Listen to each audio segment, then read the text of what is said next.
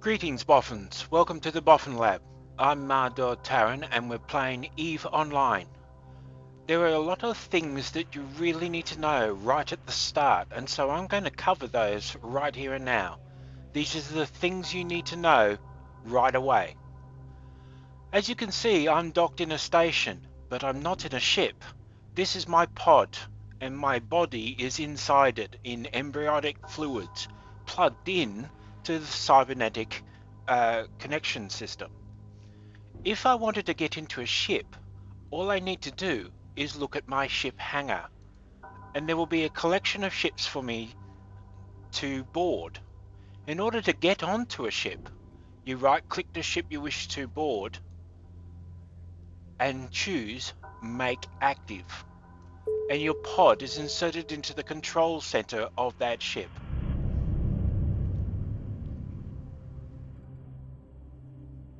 The next thing you should know is that you will always be able to access one of these rookie frigates. If your character is Galentian, you'll get a Velator. Each of the other states have their own ship, and these ships will always come fitted with a basic weapon that will never need ammo, in this case, a civilian light electron blaster, and a basic civilian miner. These ships cannot be sold, and they cannot be reprocessed. Neither can those civilian equipment. However, you will never fall below this state. If you lose your ship, dock at a station where you have no ships, and you will be given one of these. There are different places you can find loot in the game. They can be found in wrecks, which look like this on the overview. A set of small arrows with a little square. Or like this in space. It's the same icon. The little square indicates that there is something inside the wreck, which you can take. The other form is what we refer to as either cargo containers or cans.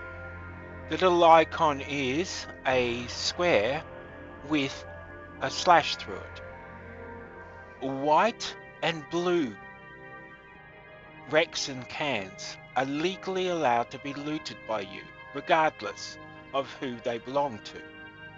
However, yellow wrecks and cans belong to somebody else, and if you take something out of them, you're considered to be stealing. This would make you a suspect, and a suspect is attackable by anybody legally. You will remain a suspect for 15 minutes, but you're allowed to hide or dock while you're a suspect. However, it's very common for people to bait new players by either giving them something in a yellow wreck or can and then attacking them when they steal it, or pretending to be a suspect and baiting them into a fight they cannot win. Sometimes you will want to get rid of something that's in your cargo hold without actually docking. Maybe you found a better piece of loot and you want to get rid of something that you have already and make space in your cargo hold. Or perhaps what you picked up is actually illegal and you don't want to risk being caught with it.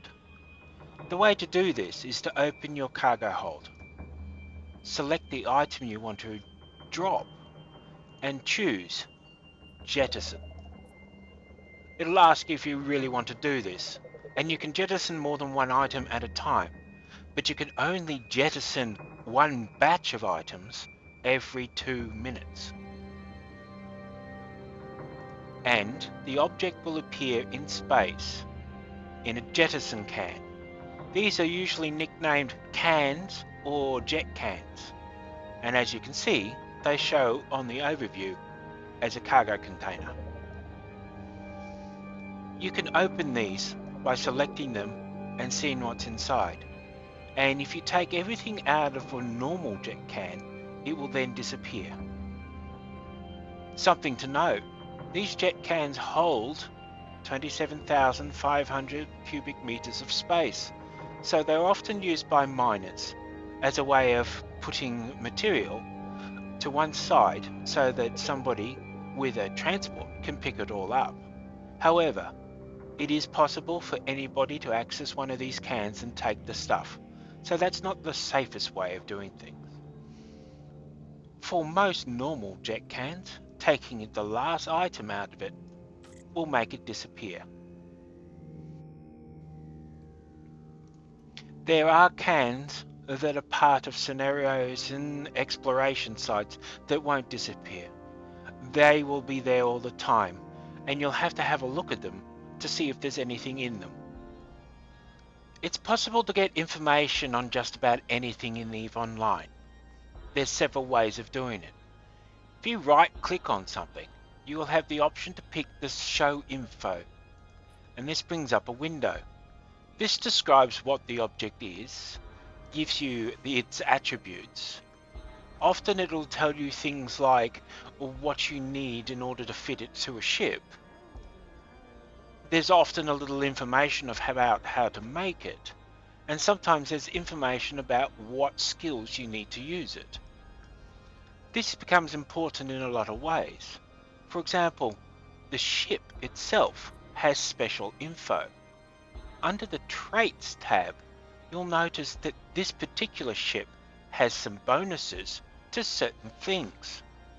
This one is meant to use small hybrid turrets, drones, remote sensor dampeners, and armor repairers.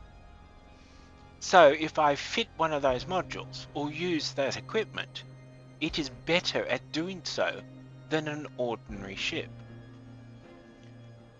Using the right fittings to play to the strengths of the ship you're using is one of the key tactics in EVE Online. The other way to find information is to look for it on the market. I have just automatically searched for a Hornet and some of the similar drones with the name. This eye symbol next to the name is another way to get the information. And on this occasion, we can see the Requirements tab telling me what skills I need in order to use that item. It's telling me I already have the basic start skills, but I don't have the final skill necessary to use these drones. We also see here a Variations tab showing you the different versions of that object. In this case, the different types of Hornets available to you. And down here is a way of comparing the statistics for each of those objects. Turn on a special feature, in this case its damage output, as soon as I can find it, and it will compare each of them individually. You can get information on players, agents, systems, corporations, states, just about anything. All you have to do is either look for the right-click menu option or the little eye symbol. There are two types of corporation in EVE Online. There are the rookie corporations that you start in, that you will always default back into when you leave a player organization. And there are the player corporations that are set up by a player and run by those players.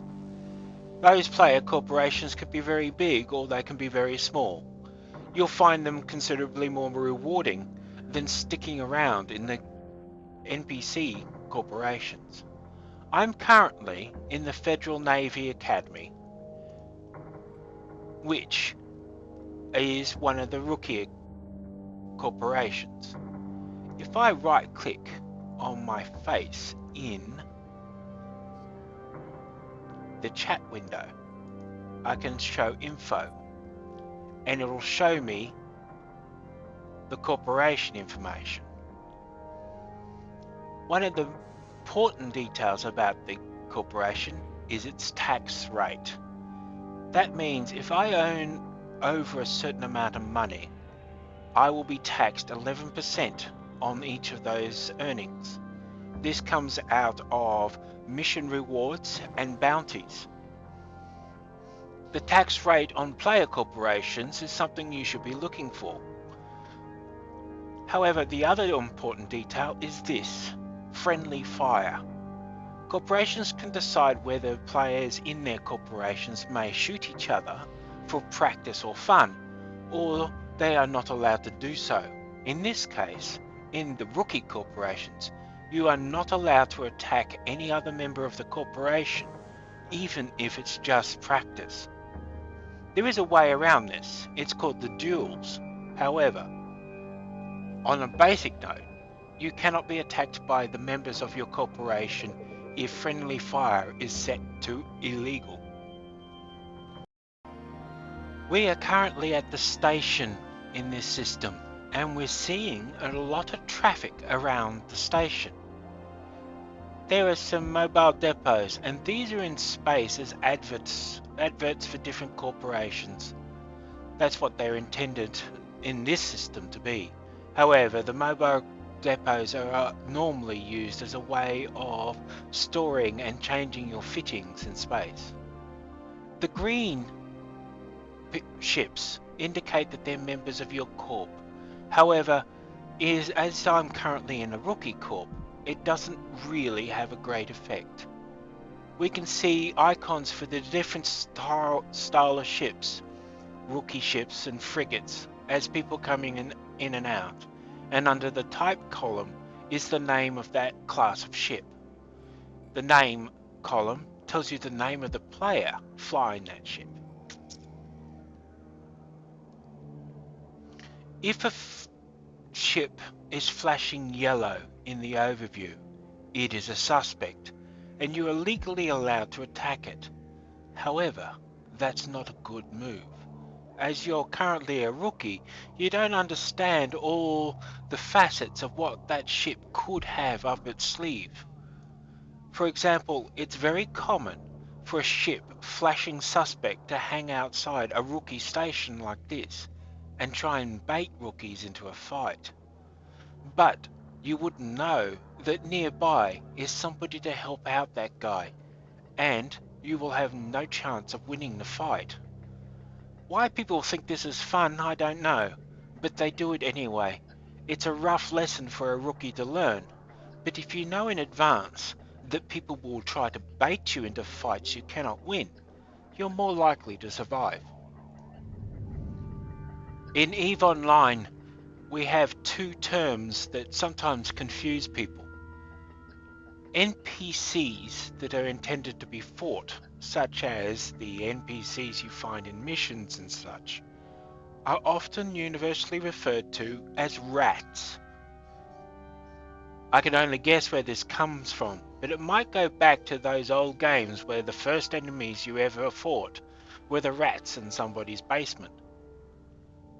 Pirates refer to players who will attack other players. So they're PvPers and player killers.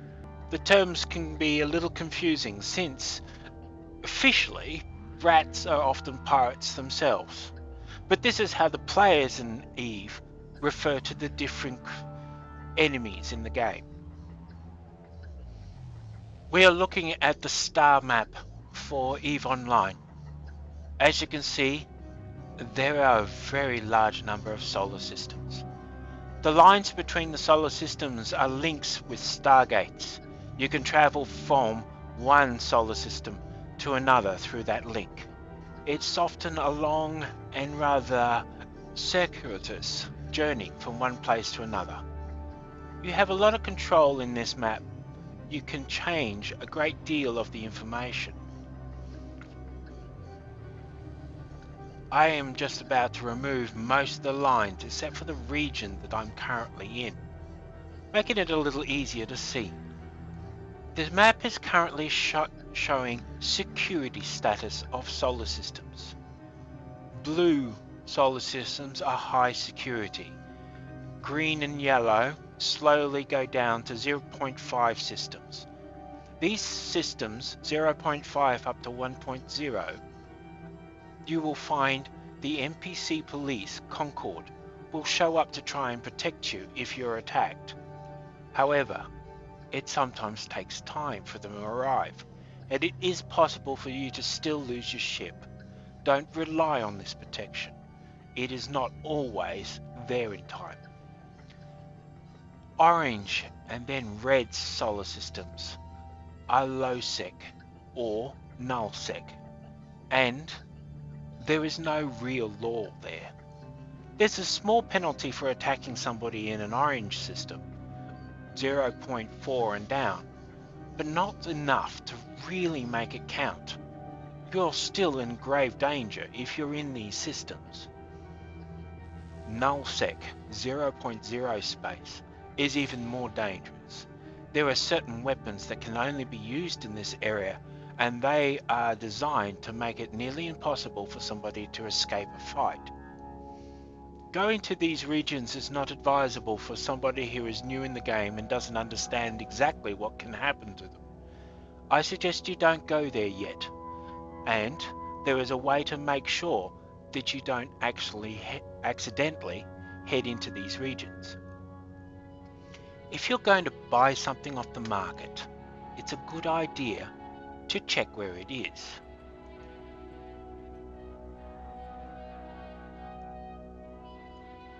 If I were to right-click on a station, I can choose location and set destination. This would set my autopilot, which you can see here in the top left, and I've selected a destination, which is in low-sec. The autopilot shows 4 orange systems, which means that I would have to pass through low security space in order to reach that station and get whatever I purchased on it. If you're going to buy something, it's a good idea to check the autopilot to that system first. You don't want to have to go into a low sec to pick up what you just bought. It's very common for somebody to put things at low prices in a low security system to bait new people in, and they will catch you as you leave the station with your goods. You can remove this waypoint by right-clicking on it and choosing the Remove Waypoint option. But have a quick look in the space view. It also shows me my path there, and you can see where you're traveling. Generally, you're not allowed to attack people in high security space. However, it is possible for it to happen. If somebody becomes a suspect, and there is a couple of ways of that happening, such as stealing, people are legally allowed to attack them for 15 minutes. They can run and hide, or they can dock at a station while they wait for their counter to run down. But it's not advisable for a new rookie to do that, because it's very common for people to try and bait you into a fight that way. If somebody attacks you in high security space, after a small period of time, Concord's forces will arrive and destroy them. There's no chance of them escaping Concord. Concord's a guaranteed kill. But there are ships that do so much damage in such a short period of time that they can quite easily destroy your ship before Concord arrives. This is called suicide ganking, and the most common targets for suicide ganking are miners in expensive ships and people carrying things that are worth a lot of money. It's a very bad idea to put a lot of money's worth of cargo into a flimsy ship. You can expect somebody to scan your cargo hold at any major transport hub. All of the trading hubs have people doing this, especially the biggest one, Jitter. Everything that comes out of that hub is scanned, and people are watching those ships for an opportunity to blast them out of space and take the cargo. It happens on a daily basis, and it's better that you're not one of them.